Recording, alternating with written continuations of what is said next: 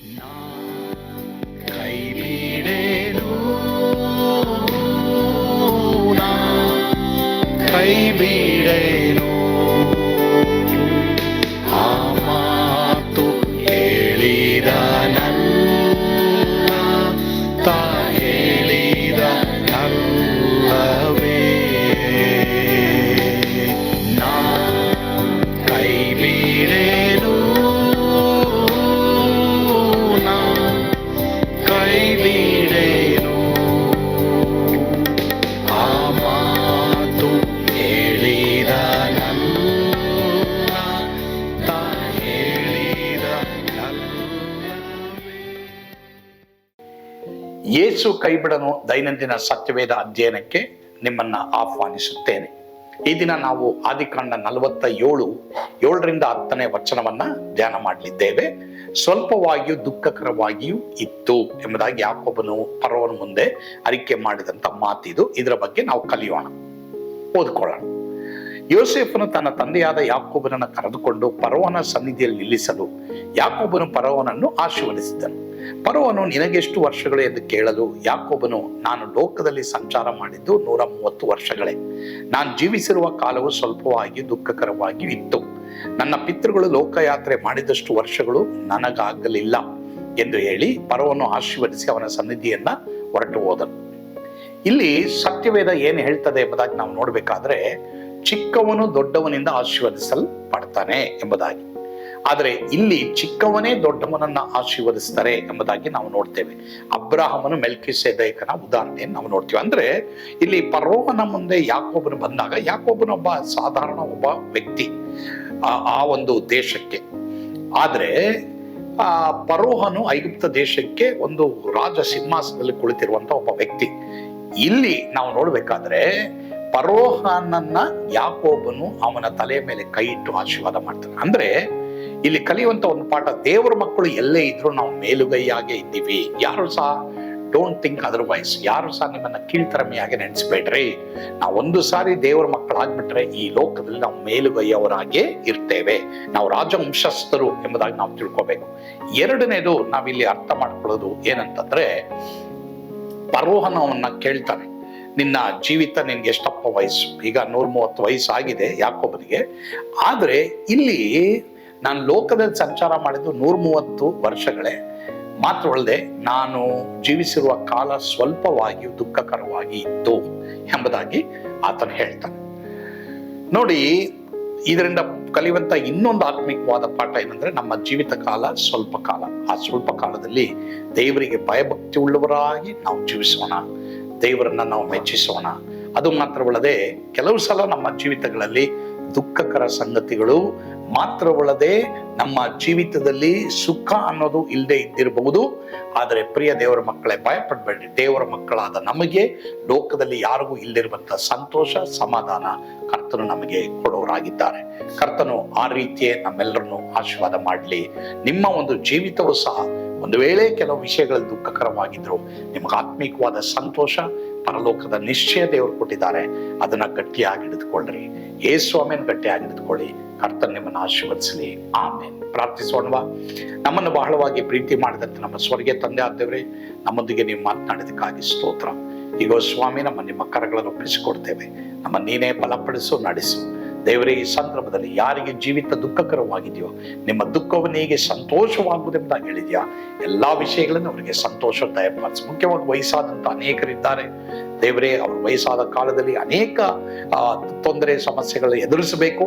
ಇದರ ಮಧ್ಯದಲ್ಲಿ BP, ಶುಗರ್ನಿಂದ ಕಷ್ಟಪಡ್ತಾ ಇರುವಂತ ಎಷ್ಟೋ ಜನ ಇದ್ದಾರಪ್ಪ. ಥೈರಾಯ್ಡ್ ಇರ್ಬೋದು, ಅಥವಾ ದೇವರೇ ಸ್ವಾಮಿ ಇನ್ನೂ ಅನೇಕ ತರದ ನೋವು ವೇದನೆಗಳಿರ್ಬೋದಪ್ಪ. ಅವೆಲ್ಲವುಗಳನ್ನು ಜಯಿಸುವ ಹಾಗೆ ಅವರಿಗೆ ಕೃಪೆ ಕೊಡು. ಇದರ ಮಧ್ಯದಲ್ಲಿ ನನಗಾಗಿ ದೇವರು ಇದ್ದಾರೆ ಎಂಬಂತ ಒಂದು ದೃಢ ಮನಸ್ಸಿಂದ ಮುಂದೆ ಹೋಗ್ಲಿಕ್ಕೆ ಅವಂತೆ ಕೃಪೆ ಕೊಡು. ಯೇಸುವಿನ ಹೆಸರಿನಲ್ಲಿ ಪ್ರಾರ್ಥಿಸ್ತೇವೆ ಸ್ವಾಮಿ, ಆಮೇನ್. ಕರ್ತನು ತಾನೇ ನಿಮ್ಮೆಲ್ಲರನ್ನು ಆಶೀರ್ವಾದ ಮಾಡಲಿ. ಆಮೇನ್.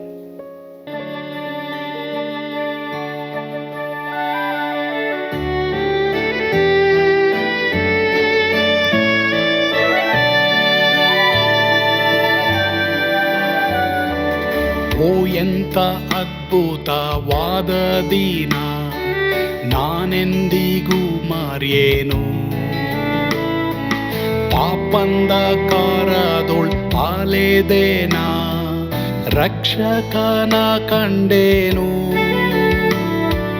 ಕೋಮಲ ಕರುಣೆಯುಳ್ಳ ಯೇಸು ಎನ್ ಕೊರತೆ ನೀಗಿದ.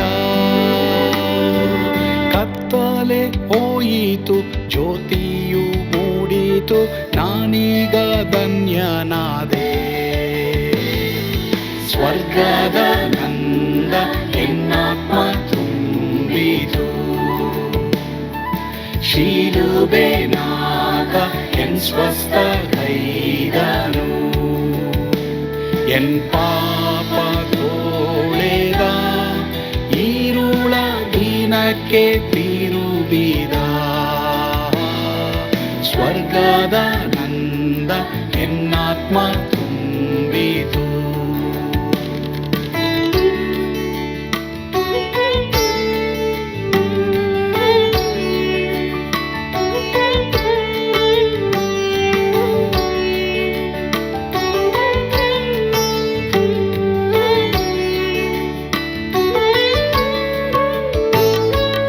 ಆತ್ಮನ ನೂತನ ಜನ್ಮದಿಂದ ದೇವಪುತ್ರನಾದೇನು. ನೀತಿ ನಿರ್ಣಯವ ಹೊಂದಿದೇನು, ಭಾಗ್ಯವಂತನಾದೇನು. ಪಾಪಾತ್ಮನಾಗಿ ನಾ ಬಂದಾಗಲೇ ಆಶೀರ್ವಾದ ಸಿಕ್ಕಿತು.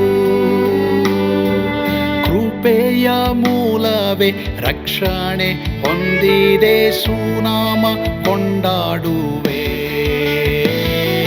ಸ್ವರ್ಗದ ನಂದ ಎನ್ನಾತ್ಮ ತುಂಬಿತು, ಶಿಲುಬೆನಾಗ ಎನ್ ಸ್ವಸ್ಥಗೈದನು. ಎನ್ ಪಾಪ ತೋಳೆದ ಈರುಳ ದಿನಕ್ಕೆ ತಿರುಗಿದ. ಸ್ವರ್ಗದ ನಂದ ಎನ್ನಾತ್ಮ ತುಂಬಿತು.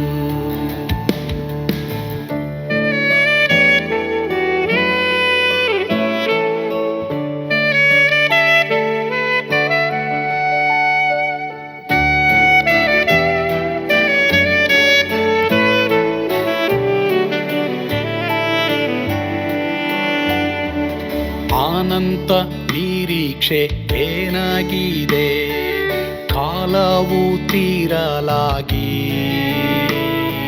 ಸ್ವರ್ಗದ ಭವ್ಯ ಬಿಡಾರದಲ್ಲಿ ನಿತ್ಯವಾಗಿ ಇರುವೆ.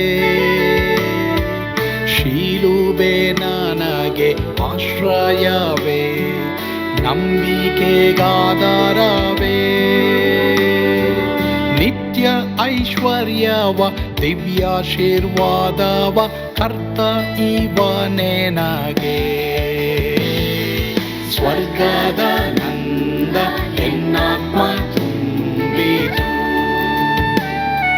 ಶಿಲುಬೆನಾಗ ಎನ್ ಸ್ವಸ್ಥಗೈದನು.